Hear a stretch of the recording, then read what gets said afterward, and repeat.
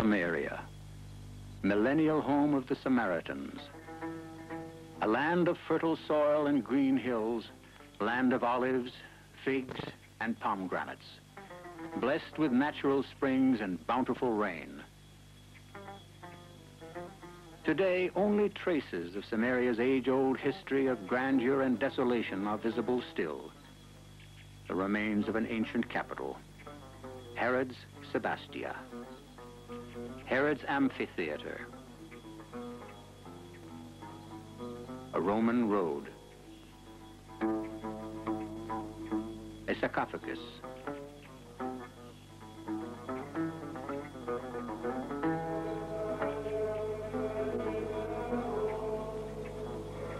Jacob's well. A church has been built over this hallowed site, and tradition holds that it is here that Jesus talked with the Samaritan woman.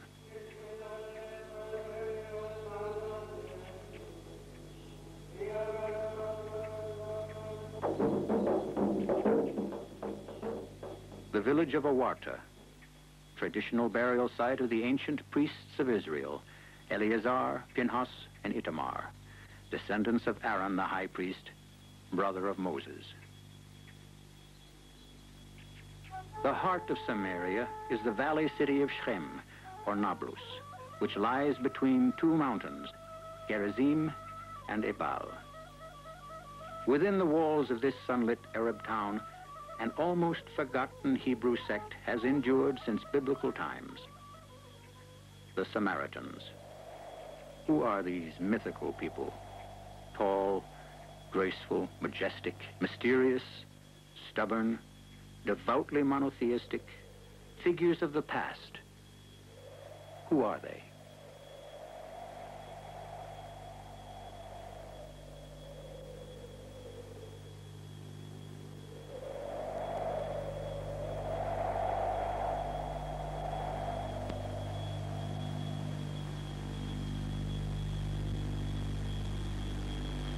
In the past, Samaritan communities existed in Cairo, in Damascus, in Gaza, in Ramli, and in villages surrounding Mount Gerizim. Today, Samaritans live only in Nablus and in Holon.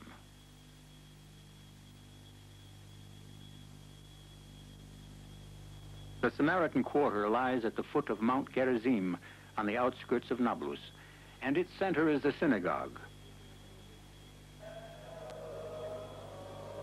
The synagogue is a house of prayer and assembly. Prayers are both in Hebrew and in Samaritan, a Western Aramaic dialect.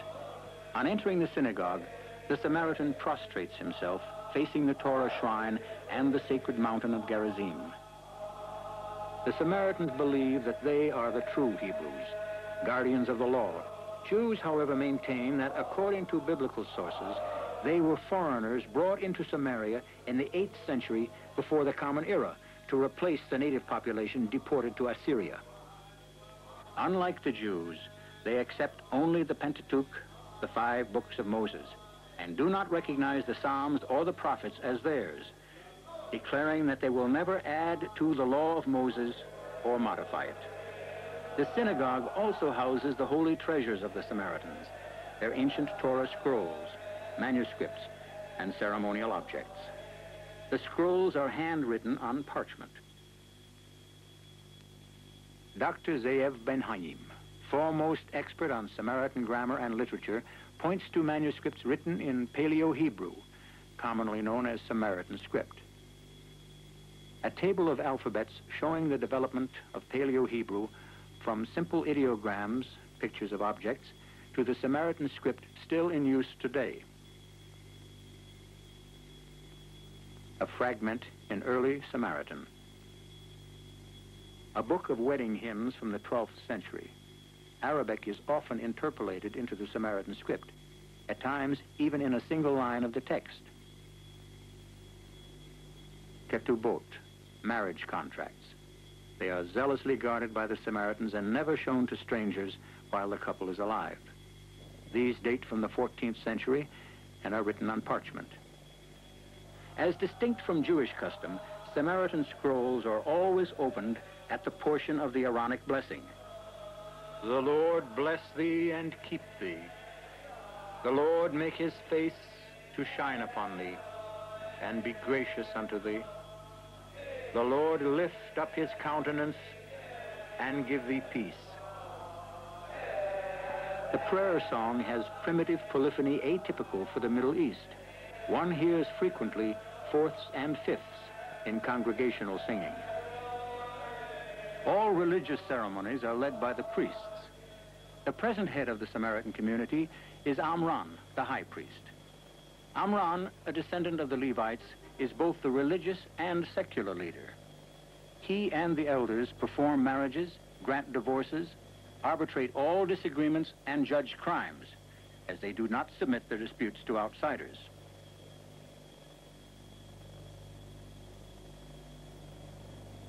Samaritan children learn their ancient chants, hymns, and melodies by rote.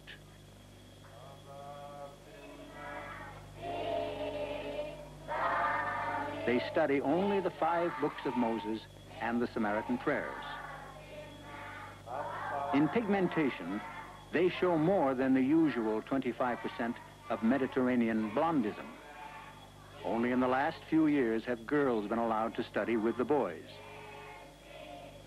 A Samaritan boy is considered an adult when he undergoes the rite of chitmi, which means confirmation, roughly equivalent to the Jewish bar mitzvah. It is not his age, but rather his ability to recite by heart a generous portion of the Pentateuch, which qualifies a boy for chitmi. The Samaritan chanting of the Bible is the most archaic in existence, and its musical notation belongs to the earliest in history. Often children are betrothed by their families before they are born. The Samaritan wedding is a joyous communal event. Traditionally, the Samaritans have wed exclusively within their community. Thus, first cousin marriages are the rule and not the exception. The Samaritans do not favor celibacy, yet in the past, many men remained unmarried because of scarcity of women.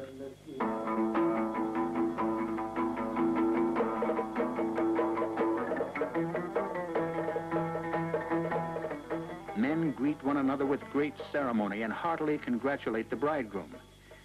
The bride, however, is not present at the ceremony during which the priest reads the marriage contract.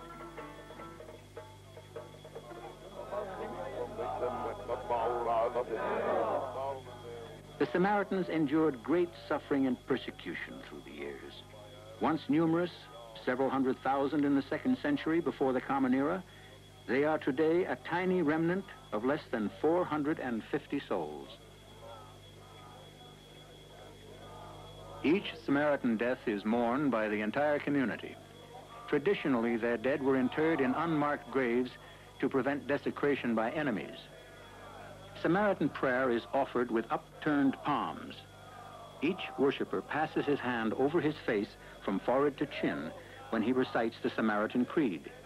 My faith is in thee, O Lord, and in Moses, son of Amram, thy servant, and in the holy law, and in Mount Gerizim, Bethel, and in the day of vengeance and recompense.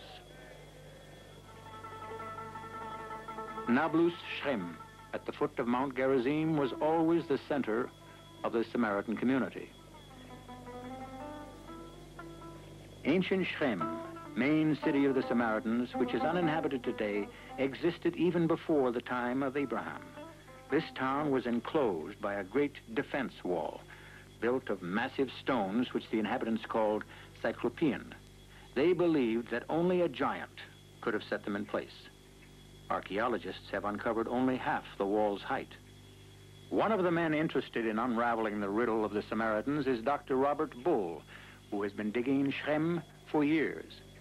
We are within the ancient city of Shechem, a city which has known repeated destruction and rebuilding from the time of Abraham to the time of its final destruction under John Hyrcanus in the 2nd century BC. There is to be found here a great defense wall, of which this is the east gate. But at one stage, as we can see, there were steps from the inside leading up to this gate, because the gate was not through the wall, rather it was on top of the wall. And one walked up steps through the gate and then down a ramp on the outside. The fact that it's a double gate is primarily a defense mechanism. If attackers came through the outer gate, they could be stopped at the inner gate in a confined area. We happen to know that in the majority of the destructions of the city was attacked through this gate. This is the weakest point of the city.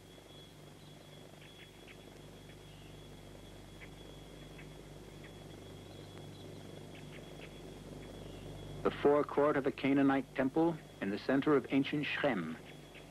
It was built about 1650 before the Common Era. Within the temple, standing stones were found. Matzevot, one of them, has been restored to its socket. Also found within the temple, the oldest fluted column known, dating from the 14th century before the Common Era. In front of the temple, archaeologists discovered the remains of a Hellenistic building, most probably the home of a Samaritan living in his city at the foot of his sacred mountain, Gerizim.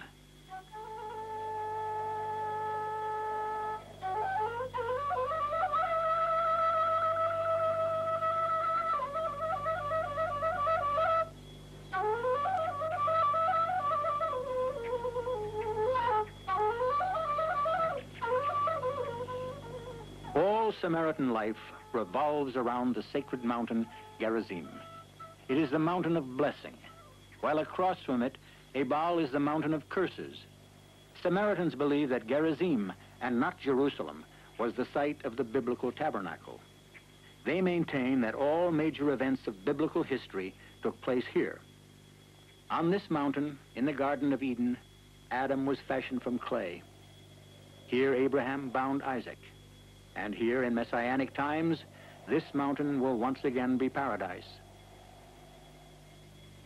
The Samaritan chronicles often mention a city on Mount Gerizim, and indeed on the mountain's southwest slope, archaeologists have discovered heaps of stones which upon closer examination turned out to be the remains of walls. They also found pottery which dates from the 3rd and 2nd century before the Common Era. Based on this evidence, archaeologists think that this may have been the Samaritan city which existed in the Hellenistic period at the height of Samaritan prosperity. It was probably destroyed by John Hyrcanus at the time he destroyed Shechem and the Samaritan temple. Here is a Samaritan oil lamp found in Caesarea. The inscription on it reads, "There is no God like Yeshurun." A Samaritan stone inscription of the 10 Commandments found in Kfar Bilu.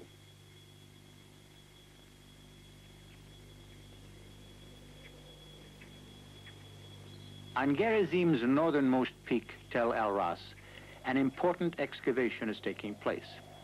It was found to contain a 2nd century Common Era temple of Zeus, built by Hadrian, cisterns added in the next century, and the remains of a 6th century church. Dr. Bull believes that Tel El-Ras is the site of the Samaritan temple because underneath these ruins he discovered a massive structure of unhewn stones. And since the Samaritan commandment states, "If thou buildest thine altar of earth, thou doest well. But if thou buildest thine altar of stone, lay not thy chisel upon it." He believes it to be a Samaritan temple. The Samaritans, however, disagree. They insist that the site of their temple was on the highest peak of the mountain. So far, however, only a church from the 6th century Common Era has been found there.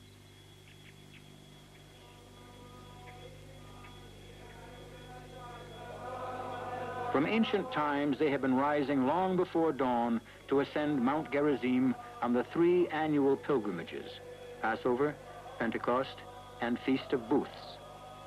Only the men, bearing their staffs like the patriarchs of old, make their way through the chill of the night up the mountain. The procession halts at each holy place. First by the 12 stones of Joshua, brought from the river Jordan to commemorate the crossing into the promised land. Next, at the site of the Holy Tabernacle. Then, at the sacrificial altar of Abraham, where they bend down to kiss the rock.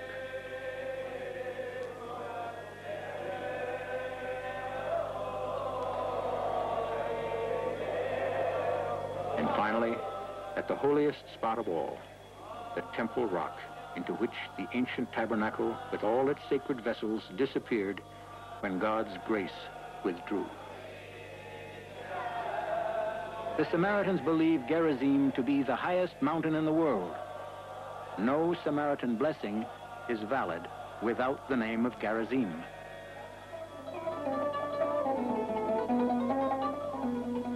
Originally, the Feast of Booths was an agricultural holiday. The four symbols used in Sukkah, or booth, are the date palm, the citrus fruit, the willow, and the myrtle. Women and children string fruits and vegetables, which are then arranged in beautiful patterns.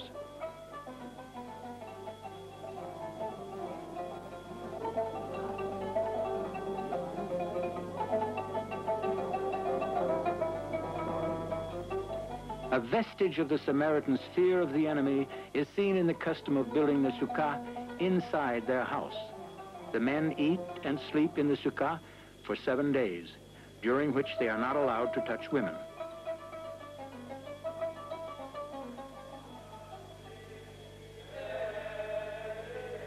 Only on the most important occasions is the scroll of Abishua taken out. Samaritans hold that it was written by the great-grandson of Aaron, the high priest, brother of Moses, and is almost 3,500 years old. However, the scroll is too sacred to be subjected to an adequate scientific dating process. The worshippers are only permitted to kiss its glass case, from which it is never removed. In the 8th century, a Muslim ruler demanded distinguishing dress for unbelievers. Thus, even today, the color of the Samaritan headgear is red. Priests wear white turbans and white robes on high holidays and pilgrimages. The 3 eldest wear green robes. Traditionally, women were barred from all ceremonial and ritual functions. However, this is gradually changing.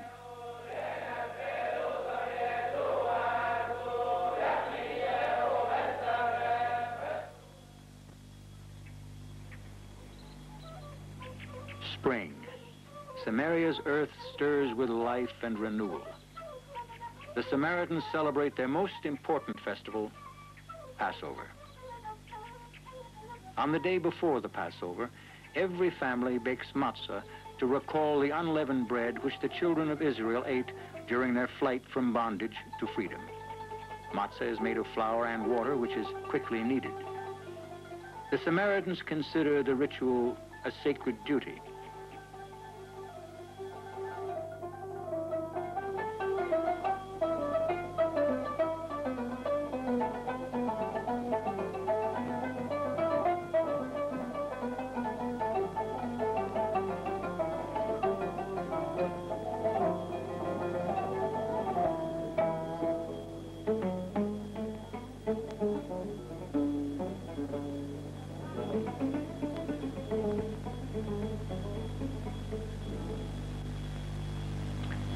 The unique feature of the Samaritan Passover is the sacrifice, which has been retained and is carried out according to strict biblical rules.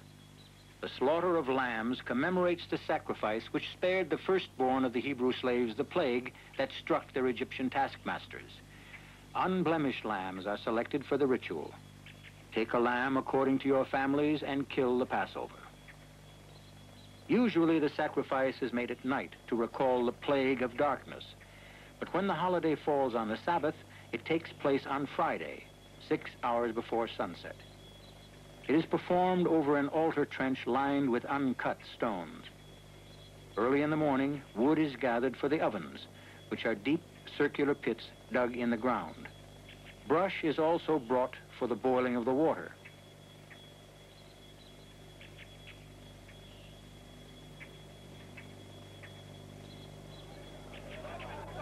For many years, this archaic rite has attracted many spectators. The procession arrives, led by the high priest. Today, the Samaritans live in 2 cities, in Nablus and in Holon, a new settlement near Tel Aviv. Outwardly, the Samaritans of Nablus are Arabicized, the Samaritans of Holon, Westernized. Yet the entire community meets in Nablus for all important communal events and all religious festivals. The priests spread their prayer rugs on the ground and start the chanting. Throughout the ceremony, they repeat the Samaritan Creed and recount the story of creation, of the Exodus, and of the patriarchs.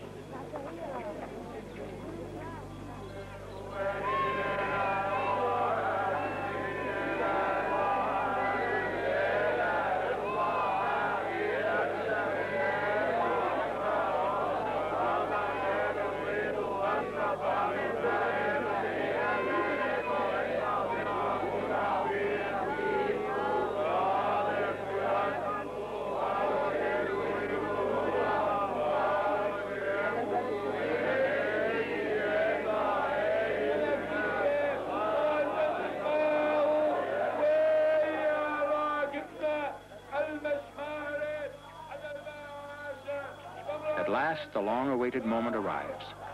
The Shohatim, ritual slaughterers, perform the sacrificial act.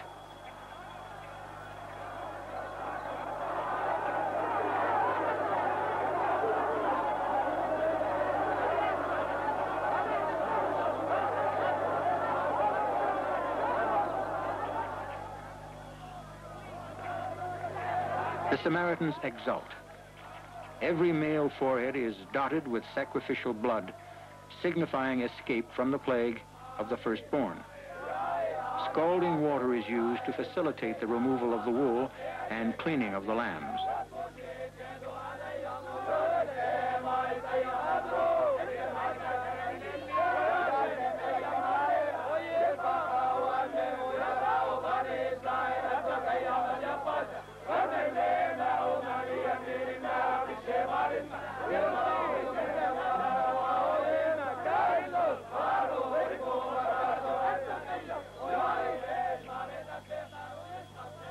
A ritual inspection is made. No organ must be damaged, no bone must be broken. A special burnt offering is placed on the trench.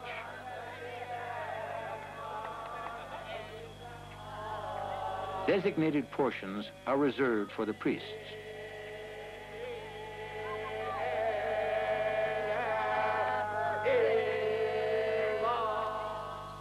The lambs are spitted.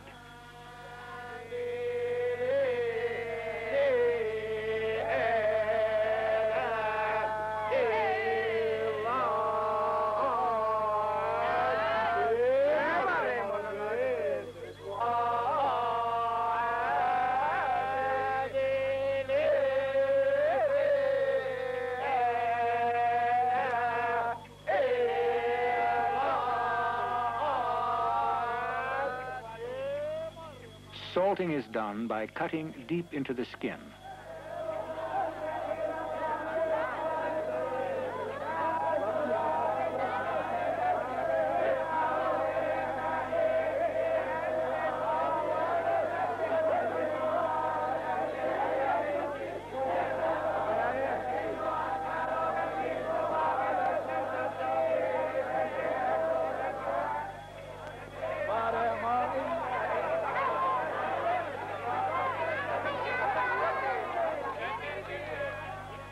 Before the Samaritans lower the sacrifice into ovens, they cry out, "Hear, O Israel, the Lord our God, the Lord is one." The ovens are sealed with wet earth, extinguishing the fires. The intense heat will suffice to roast the lambs.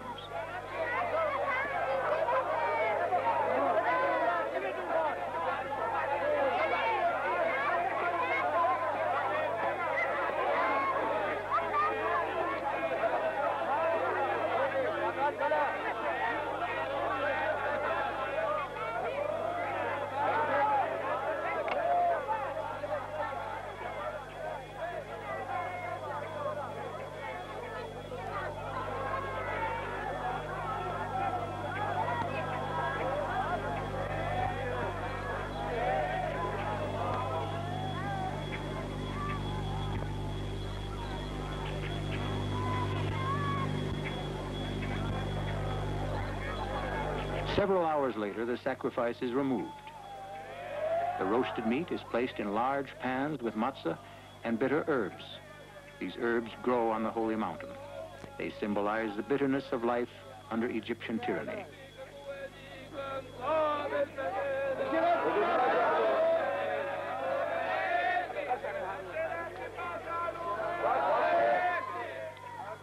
To symbolize the hasty departure from Egypt, the meat is eaten very quickly.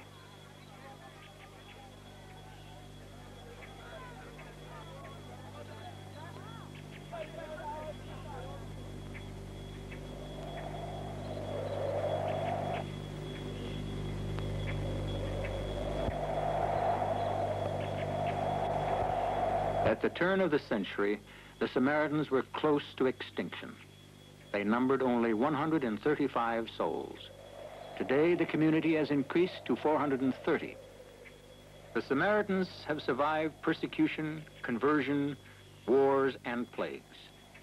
For thousands of years, they have held stubbornly to their beliefs. Their monotheistic religion made them, under Muslim law, a people of the book, which entitled them to special treatment as a separate religio-ethnic entity, regardless of political or territorial changes. Whatever the future has in store for them, they wish to develop in their own way and at their own pace, true to themselves and to their collective destiny.